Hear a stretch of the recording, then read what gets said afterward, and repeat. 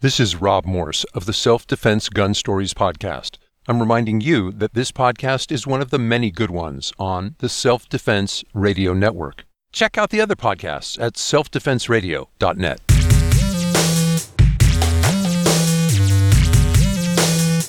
Welcome to Unload and Show Clear, the podcast about all things IDPA. And now, here's your host, living proof that without practice, there's no limit to how little you can accomplish, Lloyd Bailey. Welcome to another episode of Unload and Show Clear. This is a podcast about the men and women who compete in IDPA, International Defensive Pistol Association. Now, I've been attending IDPA matches since 2011, and over the years, I've met some really amazing people thanks to this sport. Ignore all the colorful jerseys and the sponsor logos, and underneath you're going to find everyday men and women who volunteer their time and their effort and spend their hard-earned dollars on travel, match fees, and gear to make this sport great. And today you're going to meet another one of these awesome people. But first, I want to thank today's sponsor. All right, before we get started, I want to tell you about GlockTriggers.com. Recently, at a sanctioned IDPA match, I went to the line, I went to load and make ready, and the little dingus thing flew out of my trigger. Just completely flew out of the gun. So I had to scramble and shoot the stage with a backup gun. So now I'm in the market for a new trigger, and guess what I found? GlockTriggers.com. Love them or hate them, the one thing that you know about Glock pistols is their reliability. They're out of the box, to the range, to the match, absolutely reliable. And it's what makes them popular with competitors like myself, law enforcement, military, and responsible citizens. But the one drawback is that stock trigger. Well, Jeff Wilson and the people at Glock Triggers, they asked themselves, how can we make this better? But how can we do it while maintaining reliability? Using stock parts as their foundation, they refine the interaction of the metal parts in the trigger kit to give you smoother take-up, a cleaner break, and reduced overtravel without sacrificing safety or reliability. That's important. Recommended and used by people like Bob Vogel, Travis Haley, and Ken Hackathorn. Glock Triggers custom trigger kits come with a lifetime warranty and a 30-day satisfaction guarantee. Check out the Edge, the Vogel, the Skimmer, the Guardian, or the Hackathorn trigger system and use the promo code from this podcast, USC20, and save 20% off your entire order. GlockTriggers.com, the highest quality drop-in trigger system for your Glock. You have heard me talk about today's guest on the show before if you listened to my interview with Kitty Richards in episode 39. If you're a fan of Armed Lutheran Radio, you know him as Sergeant Bill. Bill Silvia from Nevada, Texas is our guest. Welcome to the show. Thanks, Lloyd. Glad to be here. For those who don't know you, tell us a little about yourself and what you do for a living. You don't actually work in Nevada. You, like your wife, work in Dallas. Yes, April 2019 will be 18 years with the Dallas Police Department. I'm a patrol sergeant, which means I'm basically the first line supervisor out there in the trenches with the guys, trying to guide them in the right direction and answer questions when they have them. So, been all 18 years in patrol in Dallas. Before that, I had several little jobs, was in the Army, was in college, did 4 years in the Army from 96 to 2000. So kind of got bookended between the Gulf War and the Iraq War, all that good stuff. I know the answer to this. The question of where your interest in guns came from. We've done an interview like this before on their other podcast, and you talked about how your dad, like mine, was not really a gun guy. Where did your interest in guns come from? You know, I've been thinking about this, listening to your show every week, and because you ask this question all the time. And I remember as a kid, me and my best friends, who I still know and talk to every other week or so, we used to literally call it playing guns. We'd run around, and whether it was those little disc shooting guns or just pretend guns or finger guns, we were always playing little war games and running around shooting and, chasing each other and running through the creek and all that kind of craziness as, kids do. But it wasn't until I was in college and I had a roommate, and we were sitting one Saturday afternoon just bored going, what are we going to do? Let's do something different. So we started thumbing through the phone book out in Lubbock, Texas. So we were out at Texas Tech University, and he found a coupon in the back pages for the local gun range. 2-for-1 lane rental fee plus a couple gun rentals. So we were like, let's go try it out. So we did. So I shot a pistol for the first time. I shot, I think, a Colt 1911 and then a Colt, it was either an Agent or one of the little snub-nosed old school Colt 38 specials. And I came home, I think about a month later, was talking to my sister's husband, and he's a good old boy that's been shooting forever. And he was like, oh, I didn't know you'd never shot before. So we loaded up in his El Camino, and we drove out to the middle of nowhere and shot a 22 rifle and a 20 gauge and 12 gauge shotguns, and just had a good old time. It was hooked ever since. Definitely.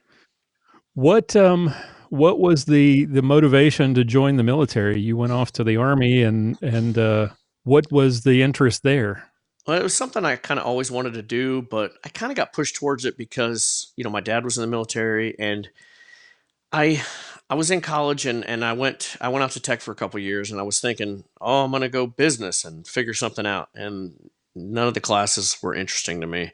So then I said, oh, I'm going to do advertising because that sounds like fun, right? I'm going to do, beer commercials or something.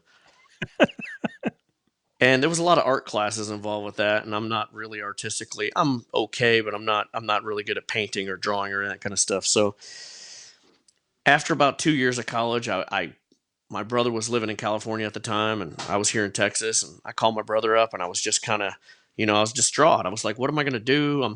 I'm burning all this money in college, and, my folks don't make a lot of money, and I'm just spending it away. And I felt bad. I was like, I need to find some direction in life. And my brother told me, he was like, look, all you need to do is figure out what you're good at and find somebody to pay you to do something that you enjoy. Right. And I remember when he said that, I thought, the hell's that supposed to mean? But I kept thinking about it, and I started realizing I was always kind of a car guy growing up. I always knew cars, and still to this day, pretty much not a single car on the road that I don't know the make and model and pretty much the year that it came out. And then after I started shooting a little bit when I was in college, I got on this gun kick where I was just like, I really wanted to shoot, and I wanted to get a handgun. But my folks weren't really, big into guns, wouldn't allow them in the house or anything. I was still, college, living at home. And Right. Texas was just starting to get their concealed carry permit process going. And I remember helping, did a couple volunteer drives and getting people to sign signatures and stuff to get, that kind of a bill passed so that we could get that. And I wasn't even 21 yet, couldn't even own a handgun. And it was, I just kept thinking, I like cars, but I don't want to sell cars. I don't want to work on cars. What else do I like? I like shooting. I was always I like to put it nicely and say adventurous, but was always kind of a knucklehead and kind of an adrenaline junkie, to be honest. If you told me, I bet you, 6-pack of beer, you can't stand on top of this car while we're doing 50 miles an hour down the road, I'd have been like, you better hit the beer store. Because, that was nothing. That was fun to me. Like rock climbing with no ropes, free climbing, stuff like that. I used to do that kind of stuff all the time. That was fun. So I started thinking about that and cars and liked shooting and realized, hey, maybe I should be a cop. Maybe I should look into law enforcement. So I did. And the initial plan was I really wanted to go start out in like local law enforcement, for a few years and kind of get, my feet wet and kind of learn how to do police work at a local level, and then try to move my way up to, excuse me, I'm starting to lose my voice, and then kind of work my way up to the federal law enforcement level, like U.S. Marshals or something like that. Mm-hmm. Well, my mom had a friend who was her husband was an FBI agent in Dallas, and I went and did a tour with him, and he showed me all the good stuff, and he was not real happy with his job because he liked all the training and all the good stuff like I did. But he kept telling me, yeah, as soon as I got out of the academy, all the fun stopped.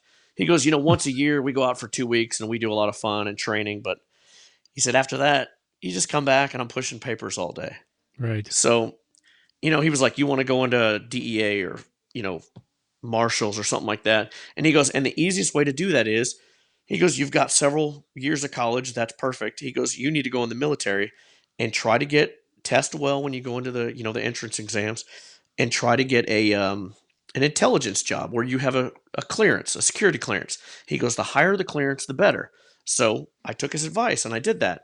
Well, I went in, I took the ASVAB is what they called it at the time, and I got 130 out of 130 and pretty much got to pick anything in the book for classes I wanted to do for MOS. And I ended up being an Intel analyst, which long story short means I can't really tell you what I did or I'd have to kill you. I had top secret security clearance. I mean, yeah, it was interesting work. It was interesting training. The military time that I had was really interesting. And that's kind of my path to law enforcement. I got out of there and did some testing with some different local police departments in Dallas-Fort Worth area, and Dallas picked me up. And my plan, like I said, was to do about 4 or 5 years and then move on to something bigger and better. And I'm still here. Now you're probably the third or maybe fourth law enforcement officer, including people like Matt Childress and Bob Vogel, who wanted to get into law enforcement because of a love for guns. Did you? Was it as exciting? Was the gunplay as exciting as you thought it was going to be once you actually got in there? Well, some of the training stuff was really interesting. I mean, even in IDPA, name somebody who's done a shoot house, a live fire shoot house. We've done stages that are similar, but there's, something a little different about going through a shoot house that feels like a real house or a real building. Yeah, we had a lot of good training and a lot of opportunities to do stuff. And I mean, one of my favorite things on my job is like searching buildings. We'd get, alarm call or something like that. I did this last night. We had some lady came home and found her back door kicked in, and I met another officer at the house, and we went in and with guns drawn, searched the building, and you never know what you're going to find. I remember on training, we were searching a house, and my trainer goes, "Hey, rookie, did you look under that bed?" And I'm in the master bedroom, and I'm like, "Really?" So I get down on my knees, and I'm got my pistol out, and I pull up the comforter, and the biggest cat I've ever seen is right there in my face and hisses at me. I don't know how I didn't shoot that cat, but it's not really what you'd think it would be. It's not the fun stuff. It's not like shooting competitive matches because there's no buzzer. And it's not like they portray it on TV either, right? Yeah. There's no buzzer. Especially in today's world. I mean, I know most of the officers that I work with and myself, I carry more now than I ever did in the 18 years I've been on the department. I mean, there are a lot of days where I'm carrying my gun at home because I've been at home in my garage, doing stuff, and some guy walks into my garage and is trying to steal stuff from my garage and tries to start a fight with me, and I'm sitting there going, "Oh man, like you're not even in Dallas." Yeah, that was in a little small suburb. It was a nice town, right? It's not like you see on TV, and it's not like when you watch all the YouTube videos. It's similar, but they leave all the beginning and all the afterward stuff out. It's not like on like Lethal Weapon or Bad Boys where something happens, you shoot your gun, you get in this big shootout, and then you high five everybody and you move on to the next call. Right. Lots of paperwork. Yeah, I mean, hours and hours, investigations, and detectives grilling you and stuff. It's still a great job. I wish a lot more people were a little bit more thankful for police officers these days, but the world is cyclical. It'll come around in another 10, 20 years. People will start to realize that, hey, we are the frontline warriors in our own country that keep this place civil and keep everything working. I mean, I tell all the rookies that I get that, your job is not to go be super cop. Your job is to be a problem solver. Mm-hmm. And that's what it is. I mean, you really do. You go around and you solve problems. So how did you get introduced to IDPA? Well, I used to work with Arnold Brown, and for years we'd go to the range and we'd do quals or we'd do training, and he was like, "Man, you're a good shot. You should come out and shoot some IDPA. You should come shoot with me." And I was like, "Yeah, I don't know." In my head, I thought it was going to be really, really expensive. And can it be expensive? Yes. Is it as expensive as I built it up in my head to be? No. So for probably 6 years, I worked in the same station with Arnold Brown, and he kept, every time he saw me, "Man, you need to come to this match. There's a match this weekend." And so after about 6-7 years, I finally went to a match, and it was Texas State match in 2012.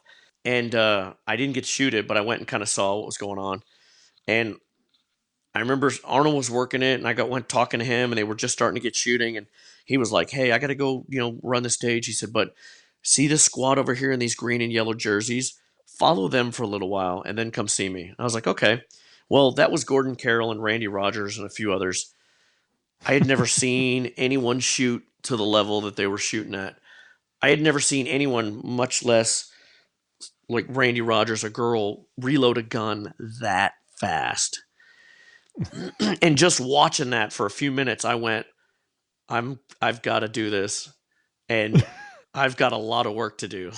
You know what I mean? I was like, I was okay at pulling the trigger, and I could shoot fast, but yeah, I couldn't do all the gun handling stuff. And I was just like, oh, challenge accepted. Well, you talked about how you're kind of the adrenaline junkie, and if somebody says, "Hey, can you do this?" one of the things that I've kind of noticed in my years of shooting with you is whenever we get to a stage and there's a challenge that you are very quick to accept, and it doesn't matter where we go. There'll be a safety officer who will say, "Nobody's ever tried doing this before," and you'll just say, "Hold my beer," and jump in and do it. I'm pretty sure at this point they see me coming and they're like, "Oh, here he comes. Let's get him." "Hey, Silvia, nobody's ever been able to hit that activator, these 4 targets, and then the pop-up that only comes up for one cycle, or the drop turner that turns once and that's it." And I'm like, "Well, let me look at it. I might be able to do that." And, in all honesty, yeah, I do those things because that's the whole reason I kind of started shooting, was the challenge of it. And that's what I like. I like the challenge of difficult shots, difficult stages. Whether it's a movement thing or a activator thing or whatever it is, I like, I like shooting fast. I like moving around, but I like the challenge of it. I like, when somebody says, "Hey, no one's been able to do this in under 10 seconds. And I go, "Oh, it'll be close, but I think I might be able to." How long after that first match that you went to and observed, how long after that was it before you got out and shot your first local match? And do you remember that match? I do remember it. It was either a week or 2 weeks afterwards. And I remember it very much. I remember getting there and being super excited and barely being able to sleep the night before. And then I remember leaving and sitting in my car driving. I was actually going to work, and I was thinking, I got to do that again. I don't know what just happened, but I got to do that again. Because it was a blur, but it was so much fun. It's still that way. I've been shooting for 6 years now, 6 and change. And it's still the same way. You get out there and you shoot. And if you ask me 2 hours later, "Hey, how did you on stage 3? I'll be like, "Which stage was that?" And I need something to kind of spur my memory because it's like a blur. It's just, I had so much fun that I'm like, I'm like, when I shoot a stage, even when I started even to this day, I'm kind of like when you let the dogs out when you get home after being gone for a while. They're standing at the back door like, "I want to go out, I want to go out, I want to go out." And then you let them out and they're like, "Ah!" And they run around and then they come back in like, "That was awesome." Yeah, I'm kind of the that's same going to way. That's going to make this next question kind of tricky then, because I'm going to ask you what you remember of your first sanction match, and if you have some fun or interesting memories from sanction matches that you've been involved in over the past 6 years. I don't remember my specific first sanction match. I remember one of the first couple that I went to. One of them was back out to Lubbock. I went out for like the West Texas Regional, and it was the same indoor range that I'd shot on like 20 years earlier when I first learned to shoot. And that was the whole reason I went out there. My wife had never been to Lubbock, so we went out there, and it was a good match, but that range was like, how indoor ranges are really smoky and you're like, feel like you're coughing. I think I coughed for about 3 weeks after that match. It was, they need to open the doors there for a couple of days or something. I don't know. It was very, very smoky. I can't, that's the biggest one of the first couple that I shot sanction matches that I really remember. Well, you and I shot together. I think the first time was at Oklahoma State at the great, wonderful Badlands. Oh yeah, Um, the dumpster fire. we were together. We squatted together for Mississippi State one year, Yep, I remember and that. I guess the earliest memory I have of shooting with you was at the Battle in Benton, and a particular piece of carpet being a problem. Oh God, the one where I tried to dislocate my knee. Yeah. Yeah, that's a Yes. great video. That's on my YouTube channel. I think that's got the most hits. Mostly from me watching it, showing to people, hey, you want to see my knee come out of socket? Watch this. Yeah, and then hobbling around on one foot for the rest of the match. And then everybody going, man, your scores look good, blah, blah, blah. And I was like, whatever, dude. I did terrible. And division champion and SSP or whatever it was, I was like, are you kidding me? And then I'm like limping up, really can't even put my foot on the ground. And people are like, what the hell? Yeah. Yeah, I remember that match a little bit. That knee you kind of wrecked in the military. Yeah, I was in the military and I went skiing on a 4-day Martin Luther King weekend. And, they always tell you when you first start skiing to make sure the bindings are loose. Well, I told the guy 3 times. He did one of them. I wiped out. I rolled forward about 3 times. And about the 3rd time, my ski popped off. And when I sat up, my left leg from the knee down was 180 degrees turned in. So I was looking at the back of my ski boot. So it dislocated my knee, it tore my ACL, my MCL, and ski patrol guy skied over and was like, "Oh my God, hold on, I'm gonna get a deal with the sled out here to pick you up." And I grabbed actually grabbed the ski and put the handle on my mouth and bit it and relocated my knee. He threw up, and I said, "Can you get me some help here?" Well, I won't say what I called him, but And that same knee, then, because of it was a stage where you had to shoot all these targets in sequence and then run to a position of low cover, right?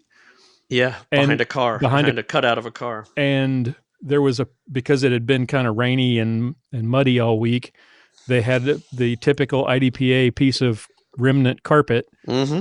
And you hit that carpet, and I almost upchucked because I was so, oh my goodness, I've never seen a knee do that. It was pretty graphic.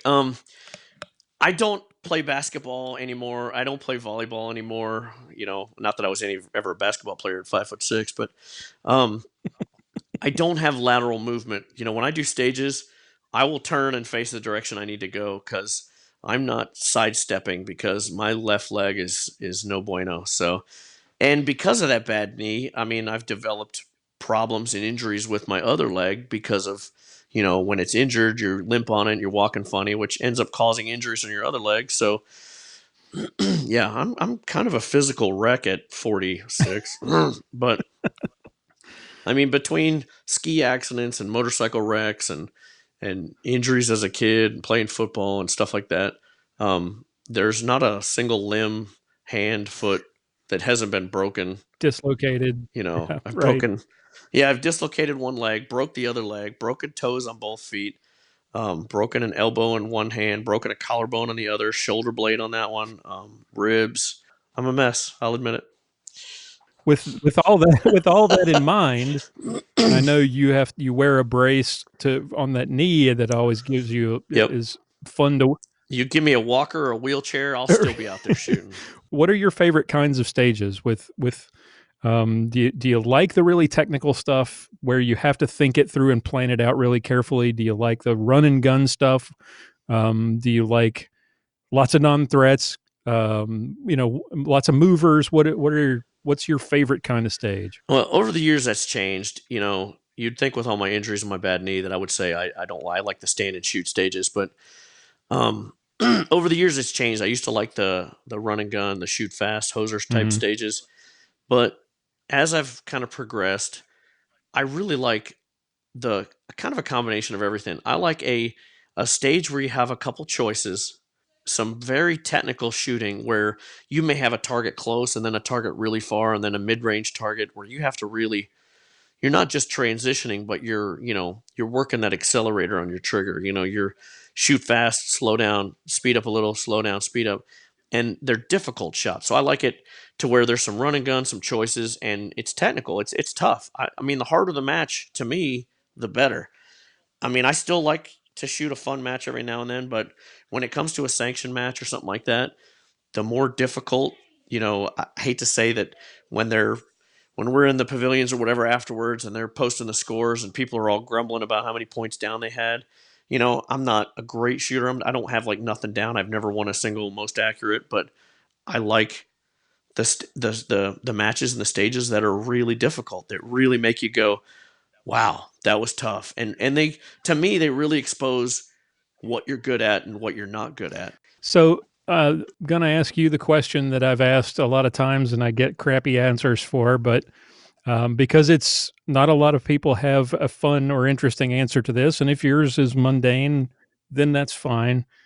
Besides the usual stuff that everybody takes to the range, do you have something specific that you always make sure you take with you to a match, and why? I don't always take her, but I like taking my kitty, my wife Kat. But no, seriously, in my range bag, she won't fit in the range bag. I learned this in the last couple of years. She doesn't fit in the range bag. Yeah, I know.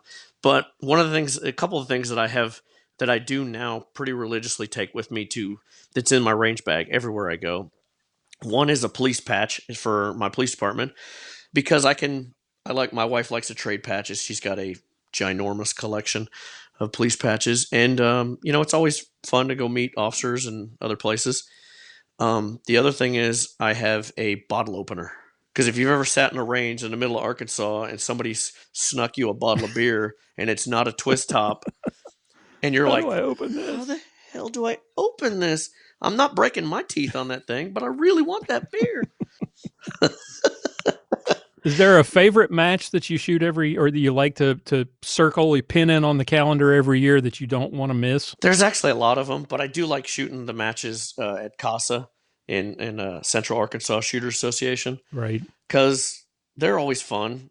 I live in Texas, so everything's pretty flat here. I drive 4 hours to the east and I'm in Arkansas, Central Arkansas, and it's hilly and there's trees and mountains and lakes, and it's really nice.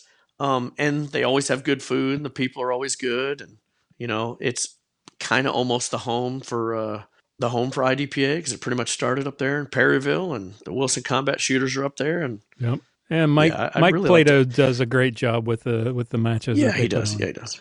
And he really does. Yeah. And he's probably the most mentioned match director on this show, and I've still yet to get him on here. I've got to see if I can line him up. Oh, we'll have to kidnap him or something. Yep, probably. What we should do is we should sit on a tailgate after a match when he's the match director, and I don't know, it's just an idea, and maybe see if he'll come try to usher us off the range, and we'll just interview him then. Vaguely remember something like that happening. Yep. As we wrap this up, the final question, it's coming. What is it about IDPA hooked you from the beginning and keeps you passionate about it now, to the point that even after you've reached master, you're still working to try and get better, and you're still going to matches and working hard and involved like you are? Why, after all these years? What is it you love about this sport? Well, I know everybody likes to say it's the people, but for me, it's the chicks, the fame, the notoriety, and the money.